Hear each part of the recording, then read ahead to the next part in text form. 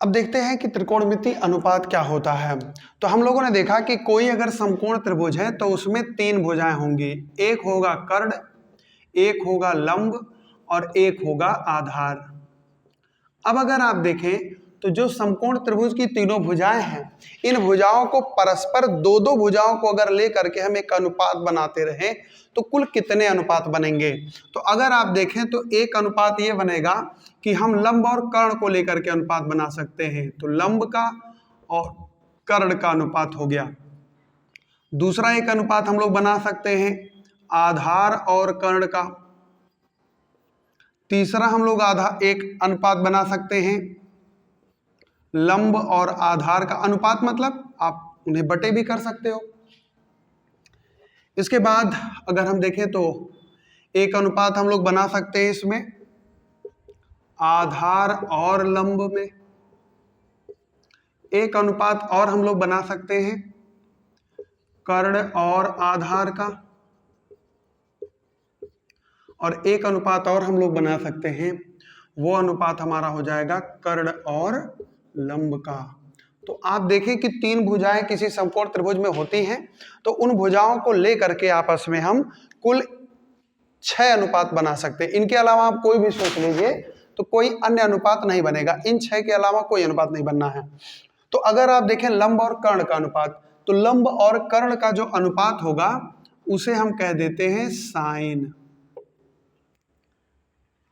अगर आप आधार और कर्ण का अनुपात देखें तो उसे कह देते हैं कोसाइन। अगर आप लंब और आधार का अनुपात देखेंगे तो उसको कह देते हैं टेंजेंट। इसी प्रकार से अगर हम आधार और लंब को देखें तो इसे कह दिया जाता है कोटेंजेंट। अगर कर्ण और आधार है तो इसे हम लोग कह देते हैं सेकेंट, और कर्ण और लंब है तो इसे हम कह देते हैं कोसेकेंट।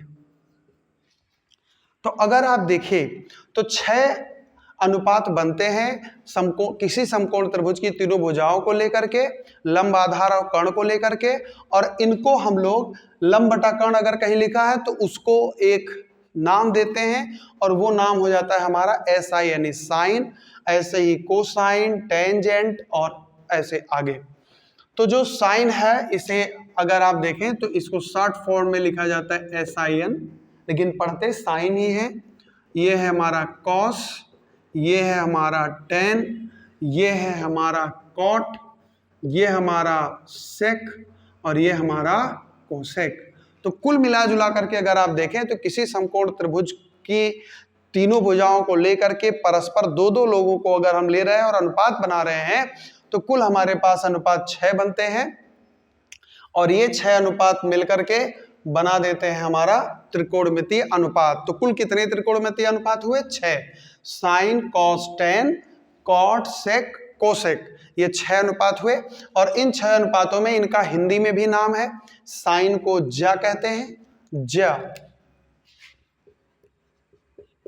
कॉस अगर है तो कोज्या, टेन अगर है स्पर्शज्या, और यहां पे नाम इन लोगों का क्या हो जाता है? प्रतिस्पर्शज्या, क्योंकि ये प्रतिस्पर्शज्या, ये आपका हो जाएगा प्रतिकोज्या, और ये हमारा हो जाएगा प्रतिज्या। तो हिंदी में भी इनके नाम है, लेकिन हिंदी में नाम आपको प्रयोग नहीं करना है। आपको जो प्रयोग करना है वो करना है sine, cos, tan, cot, sec, cosec. अब अगर कोई आपसे पूछे कि साइन क्या है, तो साइन का मतलब होता है लंब और कर्ण, लंब बटा कर्ण। कॉस क्या होता है? आधार बटा कर्ण, ठीक है। टेन क्या होता है? लंब बटा आधार। इसका केवल इतना मतलब है, लंब बटा आधार मतलब टेन, ठीक। अगर कोई कह रहा है सेक क्या है, तो सेक का मतलब हो गया कर्ण बटे आधार, बस और कुछ नहीं, ठीक। तो ये नाम लिखने का तरीका है, लंब बटा कर्ण। लंब बटा कर्ण आप कहां लिखोगे? तो लंब बटा कर्ण बार बार नहीं लिख सकते, तो लंब बटा कर्ण की जगह पे हम केवल एसआईएन लिख देंगे तो हो जाएगा लंब बटा कर्ण का काम करेगा, ठीक है। अब आगे इसमें देखते हैं लंब बटा कर्ण के बाद, ये अनुपातों के बाद में हम लोग देखते हैं कि ये जो अनुपात आपस में लिखे गए हैं, इन अनुपातों का आपस में संबंध कुछ है या नहीं, फिर और भी बातें इसमें देखते हैं आगे। अब यहां पे हम लोग एक चीज देखेंगे कि अगर मान लीजिए हमारे पास कहीं लिखा है SIN, तो SIN का मतलब हो गया लंब बटे कर्ण, ठीक है। और हम मान लेते हैं कि एक हमारे पास समकोण त्रिभुज है ABC, यह है मान लीजिए 90 डिग्री। अब साइन मतलब केवल लंब बटा कर्ण, लेकिन अगर आप कहीं देखते होंगे लिखा रहता है साइन A, तो साइन और साइन A में फर्क है। साइन का मतलब केवल इतना है लंब बटे कर्ण, लेकिन अगर मान लीजिए साइन A की बात कर रहा है तो हम A को सेलेक्ट करेंगे, और साइन A का मतलब क्या होगा, कोण A के लिए लंब बटा कर्ण। A साइन A लगने का मतलब हो गया कि A के लिए लंब बटा कर्ण, मतलब यहां लंब बटे कर्ण तो होगा, लेकिन लंब बटे कर्ण किसका, कोण A के लिए, शीर्ष A के लिए लंब बटा कर्ण। तो A के लिए लंब क्या है, इसके सामने BC, कर्ण क्या है, आप फिक्स रहता आप जानते हो AC। अगर मान लीजिए यहीं पे कह देता कि cos A बताओ, तो cos A मतलब होता है आधार बटे कर्ण। तो A के लिए आधार क्या हो गया AB, कर्ण क्या हो गया AC। इतनी बात तो समझ गए कि A का मतलब हो जाता है कि कोण A के लिए, जैसे आप कहीं देखिए मान लीजिए यहाँ पे एक कोण नाम दे दिया थीटा, ये मान लीजिए थीटा दे दिया, तो अगर इसको थीटा दे दिया तो पूछ लिया कि साइन थीटा बताओ, तो यहां पे इस कोण का नाम दे दिया थीटा। तो अब थीटा के लिए साइन, तो थीटा के लिए साइन का मतलब क्या हुआ कि साइन थीटा। तो आप जानते हो साइन मतलब होता है लंब बटे कर्ण। अब इस थीटा के लिए लंब क्या होगा, इसके सामने वाला लंब हो गया, इसके सामने वाला क्या हो गया लंब, और कर्ण क्या है AC। मेरी बात समझ में आई। अगर साइन थीटा पूछ रहा है, कॉस थीटा, टेन थीटा, कुछ भी पूछ रहा है, तो आप उसको बहुत आसानी से लगा सकते हो। बस केवल आपके पास आइडिया इतना हो कि किस एंगल को सेलेक्ट कर रहा है, A कर रहा है, C कर रहा है, कौन सा एंगल सेलेक्ट कर रहा है, तो आप वहां पे उसी के आधार पर बटे करोगे। लंब बटा कर्ण है, आधार बटा कर्ण है, कौन सा है, आप उसी के आधार पर डिसाइड कर लोगे। जैसे मान लीजिए अब आपसे पूछ लिया जाए कि ये मान लीजिए 3 है, ये मान लीजिए 5 है, ये भुजा मान लीजिए 4 है, और आपसे पूछ लिया कि जरा ये बताओ कि tan थीटा की वैल्यू इस फिगर के लिए क्या होगी। तो tan थीटा की वैल्यू इस फिगर के लिए क्या होगी, तो थीटा यहाँ पे है, और tan माने आप जानते हो लंब बटे क्या होता है आधार, लंब बटे आधार। तो अब थीटा के लिए लंब क्या है 3, आधार क्या है, थीटा के लिए आधार क्या है, तो लंब ये हो गया, कर्ण ये हो गया, आधार कितना 4। तो अगर आपसे पूछा जाए कि tan थीटा की वैल्यू बताओ, तो tan थीटा की वैल्यू हो जाएगी 3/4। तो इस प्रकार से आप बता सकते हो कि कोई भी एंगल के साथ अगर पूछ रहा है त्रिकोणमितीय अनुपात, तो उसकी वैल्यू आप डिसाइड कर पाओ। अब बात को और आगे बढ़ाते हैं और टॉपिक में और आगे चलते हैं और देखते हैं कि त्रिकोणमितीय अनुपातों में परस्पर संबंध क्या है। बच्चों अब हम लोग समझेंगे कि त्रिकोणमितीय जो अनुपात है sine cos tan cot sec cosec, इनमें आपस में संबंध क्या है। तो इन संबंधों को आपस में रिलेट करने की कोशिश करेंगे हम लोग। चलिए सबसे पहले हम लोग देखेंगे कि त्रिकोणमितीय अनुपात कौन कौन से हैं। तो एक है साइन, फिर है कॉस, और एक एंगल इनको दे देते हैं कि माना एक कोण A के लिए हम संबंध जो बना रहे हैं वो एक एंगल के लिए बना रहे हैं। तो एक मान लीजिए हमारे पास साइन A है, फिर कॉस A है, फिर टेन A है, फिर कॉट A है, फिर मान लीजिए सेक A है, फिर एक हमारा मान लीजिए कोसेक A है। तो यहाँ पे 6 त्रिकोणमितीय अनुपात है और 6 भुजा A के लिए है, ठीक है, कोण A के लिए है। तो अब हम लोग देखिए साइन A, जैसे मान लीजिए साइन है, तो साइन A के लिए आप लोग जानते हो कि ये होता है लंब बटे कर्ण, लंब बटे कर्ण। अब अगर हम ध्यान देंगे कोसेक A को देखें, तो कोसेक A हमारा होता है कर्ण बटे लंब,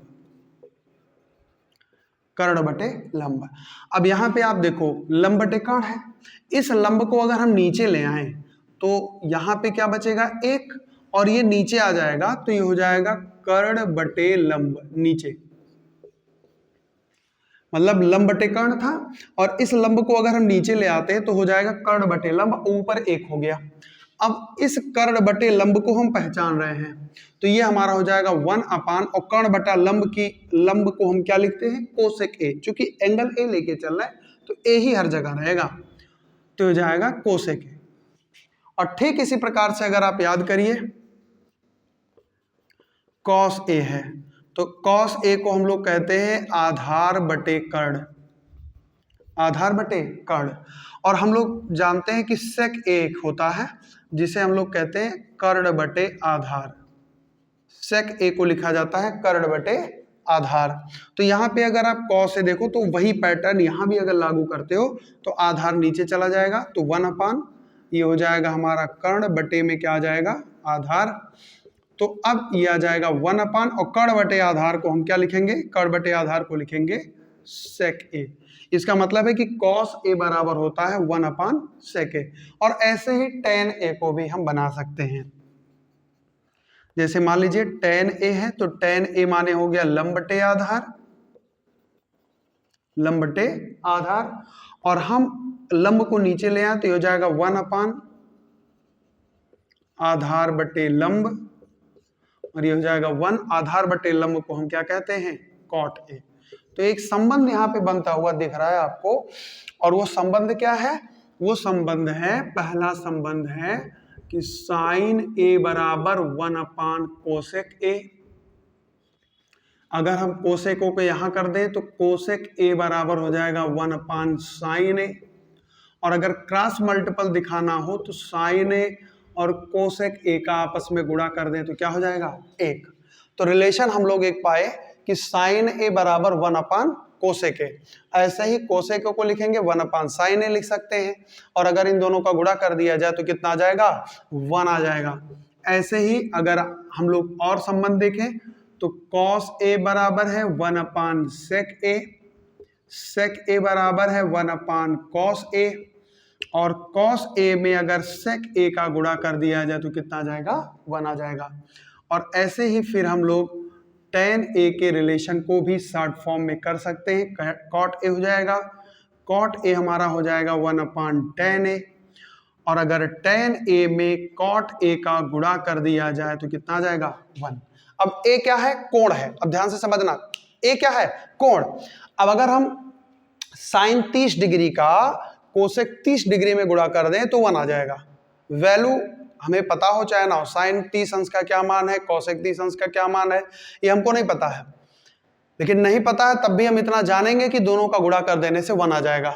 जैसे यहाँ पे फिर आपका है कॉस ए सेक ए, तो इसे मान लीजिए कॉस 45 है और उसमें गुणा कर दिया गया हो सेक 45 का, तो कॉस और सेक दोनों एंगल अगर सेम है, ए भी है ए वो भी है, 45 डिग्री ये भी है और 45 डिग्री वो भी है, तो दोनों आपस में गुणा करके क्या हो जाएंगे, 1 हो जाएंगे।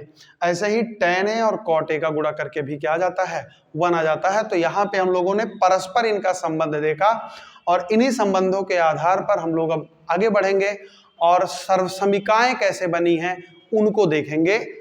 आगे बढ़ते हैं बच्चों, अब हम लोग देखेंगे कि त्रिकोणमिति सर्वसमीकाएं कौन कौन सी हैं जिनका प्रयोग, सर्वसमीका का मतलब आप जानते होंगे, एक होता है समीकरण, एक होता है सर्वसमीका। समीकरण क्या होता है कि जब चर राशि के किसी विशेष मान के लिए संबंध सत्य पाया जाए तो वो है समीकरण। सर्वसमीका क्या होता है कि चर राशि के किसी भी मान के लिए दिया गया संबंध जो रहेगा वो हमेशा सही पाया जाएगा, तो उसे हम कह देते हैं सर्वसमीका। जैसे आप सुनते होंगे कि x + 2 = 0 है तो x = -2, मतलब वो जो संबंध दिया गया है x बराबर -2 पे ही सही है।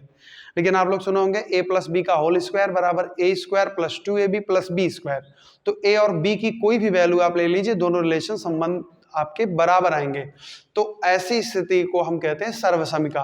तो यहाँ पे हम लोग त्रिकोणमिति सर्वसमीका की चर्चा करेंगे और सबसे पहले डिस्कस करेंगे कि हमारा पहला सर्वसमीका क्या है। तो चलिए एक चीज देखते हैं।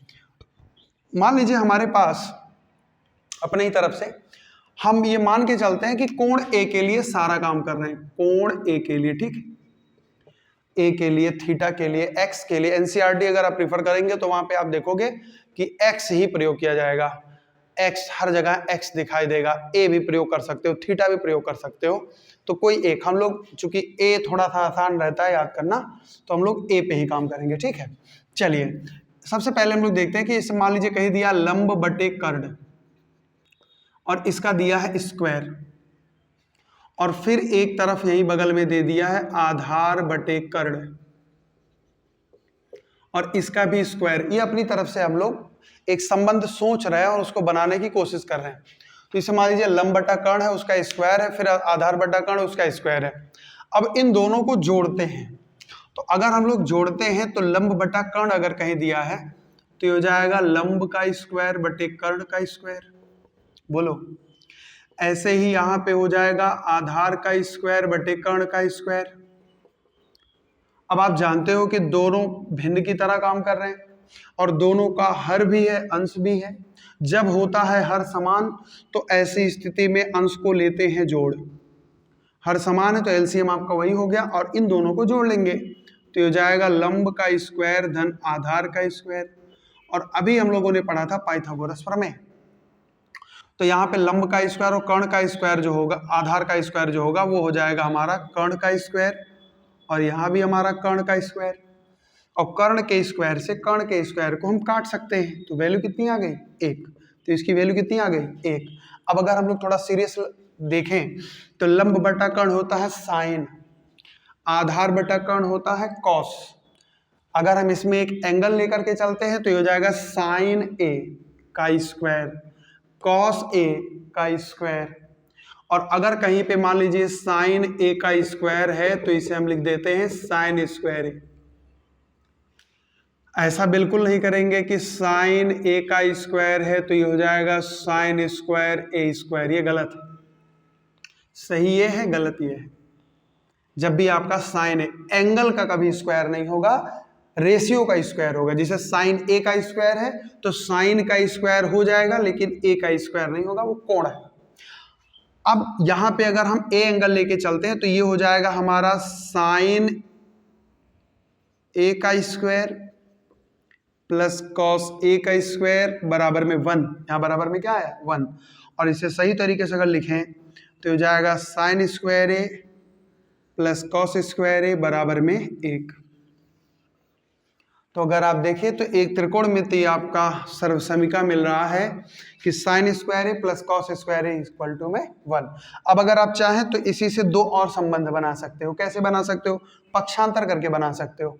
जैसे मान लीजिए साइन स्क्वायर को उधर कर दो तो आपका बन जाएगा, देखो साइन स्क्वायर उधर गया तो हो जाएगा 1, यहाँ पहले से स्क्वायर उधर गया तो साइन 1 माइनस साइन स्क्वायर ए, 1 माइनस साइन स्क्वायर ए, और इधर क्या बचा है? कॉस स्क्वायर ए, तो हो जाएगा कॉस स्क्वायर ए। ऐसे ही अगर आप देखो हम कॉस स्क्वायर को उधर भेज रहे हैं तो 1 माइनस कॉस स्क्वायर ए बराबर क्या हो जाएगा? साइन स्क्वायर ए। तो त्रिकोणमितीय अनुपात में एक अनुपात हम लोगों ने देखा कि sine square A plus cos square ए बराबर 1 होता है, और इसी की मदद से हम दो और बना लिए। इनको रटना पड़ेगा, आपको याद करना पड़ेगा, और याद अगर नहीं भी है तो आप ये संबंध अगर ध्यान से एक बार दिमाग में सोच लोगे तो ये कभी भूलेगा नहीं, इसलिए आपको करके दिखा रहे हैं कि हाँ ऐसे आ जाता है। अब देखते हैं, ये आपका पहला सर्वसमीका है, 3 सर्वसमीकाएं हैं और 3 से ही सब में 3-3 बनेंगे। जैसे यहाँ पे पहली सर्वसमीका में 3 फार्मूले बन गए, एक तो ये मेन है और 2 इससे निकल के आ गए, ऐसे ही वहां भी होगा। तो चलिए आगे बढ़ते हैं और देखते हैं दूसरा सर्वसमीका हम लोगों का क्या बनेगा। देखते हैं कि अब दूसरा सर्वसमीका हमारा क्या बनेगा। तो चलिए सोचते हैं। यहाँ पे हम मान लेते हैं कि एक 1 है और यहाँ पे लगेगा प्लस, और यहाँ मान लेते हैं कि ये लंब है और बटे में है आधार, और इसका वर्ग कर देते हैं और देखते हैं कि क्या हमको मिलेगा। तो 1 प्लस लंब बटा आधार का अगर हम स्क्वायर करते हैं तो ये हो जाएगा 1, ये हो जाएगा लंब का स्क्वायर। स्क्वायर आप जानते हो कि अगर कहीं पे a प्लस बी का होल स्क्वायर है तो ये a स्क्वायर बटे b स्क्वायर हो जाता है। तो यहाँ पे लंब बटा आधार है, इसका स्क्वायर अगर हम करेंगे तो लंब का स्क्वायर अलग होगा, आधार का स्क्वायर अलग होगा। यहाँ बटे 1 लगा लो, 1 और आधार का स्क्वायर अगर करेंगे तो एलसीएम हमारा हो जाएगा आधार का स्क्वायर। आधार इधर भेज दीजिए तो हो जाएगा आधार का स्क्वायर धन लंब का स्क्वायर। और ये आप देख रहे हो कि लंब का स्क्वायर धन आधार का स्क्वायर बराबर क्या होता है? कर्ण का स्क्वायर बटे कितना आ गया, आधार का स्क्वायर। और आप पढ़ चुके हो कि कर्ण बटे आधार, कर्ण बटा आधार, ध्यान से देखेंगे, कर्ण का स्क्वायर आधार का स्क्वायर है, तो हम लोग इसको लिख सकते हैं कर्ण बटे आधार का होल स्क्वायर। तो कर्ण बटे आधार होता क्या है, तो कर्ण बटे आधार होता है सेक, कॉस का जस्ट उल्टा। और यहाँ पे सेक चूंकि एंगल ए लेके चल रहे हैं तो ये हो जाएगा सेक ए का स्क्वायर, स्क्वायर अंदर ले आएंगे तो हो जाएगा सेक स्क्वायर ए। तो यहाँ से एक संबंध हमको मिल रहा है, और वो संबंध क्या है कि ये सेक हो गया, और लंब बटा आधार क्या होता है बताओ जरा, लंब बटा आधार क्या होता है, क्या होता है भाई, tan। एंगल ए लेंगे तो tan ए हो जाएगा। तो यहां से हमको एक संबंध मिलता है 1, और स्क्वायर आप समझ चुके हैं, यहाँ पे tan ए होगा, tan ए का स्क्वायर कर देंगे तो 1 प्लस tan स्क्वायर ए बराबर में आ जाएगा सेक स्क्वायर ए। तो 1 प्लस tan स्क्वायर ए बराबर सेक स्क्वायर ए हमारा दूसरा सर्वसमीका है।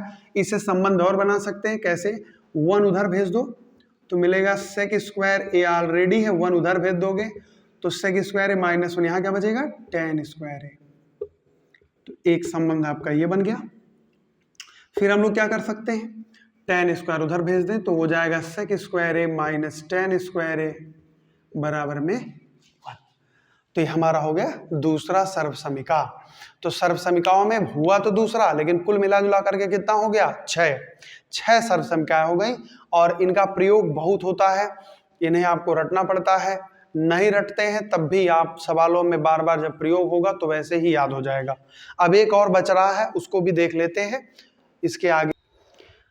अब हम लोग देखेंगे कि तीसरा सर्वसमीका कहाँ से आ रहा है। तो यहाँ पे देखिए, फिर वैसे 1 लीजिए और यहाँ पे आप कर दीजिए आधार बटे लंब का स्क्वायर, और ये हो जाएगा 1, अंदर लाएंगे तो ये हो जाएगा आधार का स्क्वायर, और ये हो जाएगा आपका लंब का स्क्वायर। सेम काम लंब यहाँ आ गया तो हो जाएगा लंब का स्क्वायर धन आधार का स्क्वायर, और बटे में क्या आ जाएगा, लंब का स्क्वायर। अब अगर आप देखें तो लंब और आधार जोड़ लेंगे तो फिर वही काम होगा, कर्ण का स्क्वायर बटे लंब का स्क्वायर। और अगर आप ध्यान दें तो लंब बटे कर्ण ये हो जाता है साइन, लेकिन अगर आ गया कर्ण बटे लंब तो साइन का उल्टा क्या है भाई, कोसेक। क्या हो जाएगा, कोसेक हो जाएगा। तो यहाँ पे कर्ण बटा लंब है तो इसे हम लिख सकते हैं कर्ण बटा लंब का होल स्क्वायर, होल स्क्वायर। और कर्ण बटा लंब की जगह पे हमारा आ जाएगा कोसेक ए का स्क्वायर, और स्क्वायर अंदर ले जाएंगे तो ये हो जाएगा कोसेक स्क्वायर ए, कोसेक स्क्वायर ए। और अब संबंध हमारा देखिए, आधार बटा लंब क्या होता है, तो आधार बटा लंब जो है वो tan का उल्टा है, मतलब क्या है ये, कॉट।